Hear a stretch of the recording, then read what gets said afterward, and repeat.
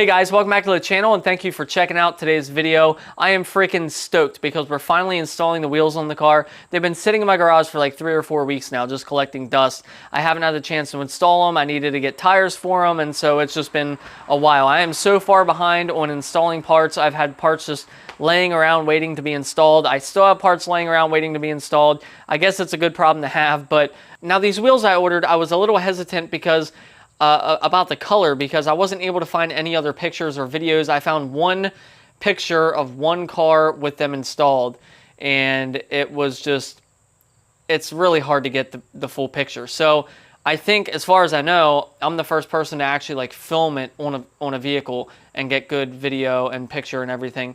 So we'll see. Hopefully they look good. I think they're going to look really good. Getting them out of the box, they look really good. So I'm excited to see them on the car.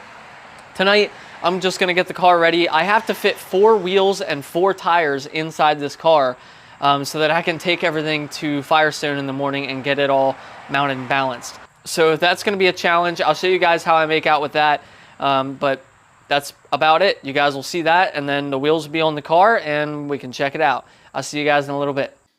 Okay guys, so check it out. I wasn't sure how I was going to get all of my wheels and tires to the tire shop to get them mounted and balanced because they wanted the wheels. Basically, what I'm doing is I'm taking my factory wheels and tires off. They're going to remove the TPMS sensors because if you go to Subaru and get OEM TPMS sensors, they are $530, I think it was, for the set of 4. And there's no way in hell. There's no way that I'm doing that. So I'm getting the factory TPMS sensors removed from the factory wheels and tires, and then they are just going to remount the tire onto the wheel and give me the stock tires and wheels back. So because they're doing that, they're basically going to do it all in one shot. So they're going to lift my car up, they're going to take the wheels off, they're going to take the sensors out of these wheels and tires, put them into the new wheels and tires, mount and balance the wheels into the tires, yada, yada, yada. So, I had to do something here to make this work. I took my seat out to make room for all 4 wheels and tires. And surprisingly enough, it worked out just perfect. I thought I was going to have to like half mount the wheels, like just push the tires down over the wheels and then put them in the car that way. But thankfully, I didn't have to. It worked out this way. I'm super excited to reveal these to you guys. You probably already know what I got, but I'm still excited because I went with a different color. You probably guessed it. It's the same wheels I had in my last WRX. And I just thought, this has always been WRX 2.0 to me. That's why I got Magnetite Gray. Because this to me was like, because I didn't get to finish my other WRX before it tragically ended, I wanted to take this and kind of use it as like, you know, a legacy build. Basically build this in honor of my old car and what it could have been. And so I want to make this one look nicer, make this one faster, make this one, you know, just do more with this one that I wasn't able to do with the last one because my time was cut short with it. So I thought it would be cool to put the same wheels on, but I got a different finish, and it's a new finish, and I haven't seen anybody else with this finish.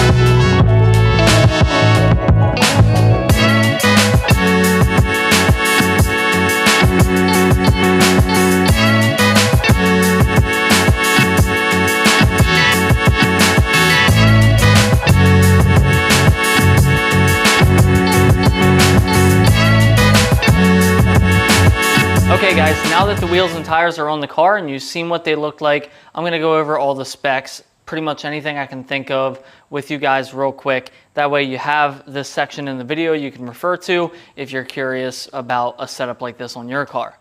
Well guys, I'm not gonna lie, this setup looks so good on this car. I'm very happy with it, and I'm a little disappointed because I'm literally looking in the camera lens right now and it doesn't look as good as it does in person. In the picture or in the video here, it just looks a little funny because of the milled spokes, and that's the thing I like about these. This looks so freaking good. I'm super happy to see this on the car and verify that it looks as good as I thought it was gonna look. Again, it's hard to tell in video, but I'm telling you, it looks so good. I was worried about running 18s, keeping with the factory 18 size and not upgrading to a 19. On the import image car, we actually ran the same wheel on a 20, and it looked good on the car. We were all so surprised because we thought we were being funny and making jokes, but it looked freaking good. So I'm very happy with this setup. I don't think the wheels look too small. I think they look just right. And I honestly think this tire combination is just about perfect. If I would have redone anything, and what I'll end up doing in the future is getting slightly wider tires, because these are the factory tires, which are 245s. So I will probably in the future run 255, 265, as long as it doesn't rub too bad. But I wanted to show you the fitment and go over the wheel specs. So you can see now that the wheel comes out just a smidge. I mean, it just barely pokes out of there, and it's hard to tell. I would say, what is that, about 5 to 8 mils? No, I lied. That's actually quite a bit of poke. That's more poke than I thought it would be. But it doesn't rub, and the reason it doesn't rub, I think, is because when the wheel gets pressed up, especially with that, especially with the slight stretch on the tire, it is just completely missing the fenders. I've hit some pretty harsh bumps. So again, this is on the factory 245 40s, the summer Dunlops. Now, if you run a 255 or a 265, you may rub, but I haven't heard any reports of it. So, you know, you might have to do your own research with that. But the fitment of this is a 9.5-inch wheel. So this is a 18 by 9.5 plus 35, which seems to be the most popular wheel size and choice for these cars, for the VA and this car. But again, this is the front wheel, and I have no front camber at all. So this is without any front camber. So keep that in mind. I am going to adjust the coilovers, and I'm going to lower the front a little bit more and add a little bit of camber, because in the rear, this thing sits perfect in the rear. If you look at it, it literally sits flush. There's no poking whatsoever. It sits perfectly flush with that fender liner. And I mean, it's like perfect. And I would say that might be like, I'm not super good with camber. That might be like 2 degrees. I don't know. Am I stupid? Is 2 degrees, am I way off there? I mean, it's really not a lot of camber, but I want to adjust it in the front just a little bit to try and even it up with the back. I don't want a whole lot of camber. I'm not a big camber boy, but I think a little bit would look okay. But like I said, I think this looks so good. It's so aggressive. It looks really mean. I'm really happy with this wheel choice. So, I mean, that's about it. If you guys have any other questions, let me know in the comments. But really, I mean, that's about it, guys. If you have any other questions, feel free to let me know in the comments. I'll do my best to answer all of them as much as I can. I'll leave a link in the description to this exact set of wheels. You can choose a color, but it'll be the same wheel spec and everything. Again, this is on the summer, stock summer Dunlop tires, 245 40/18s, and the wheels are 18 by 9.5 plus 35.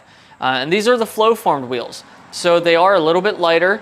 Maybe I should have measured, maybe I should have weighed them to see the weight difference between the stock wheels and these, because these should be a little bit lighter, if not the same weight as the factory wheels, which a lot of other aftermarket wheels are going to be heavier than your stock wheels. So you may see some slight performance gains with that. But overall, I mean, I think the car handles about the same, if not just a little bit better because of a wider wheel. But we're still on a 245 tire, so we're really not getting much extra grip with that wider wheel. But that's about it, guys. Like I said, I appreciate you checking out the video. I'll see you guys in the next one.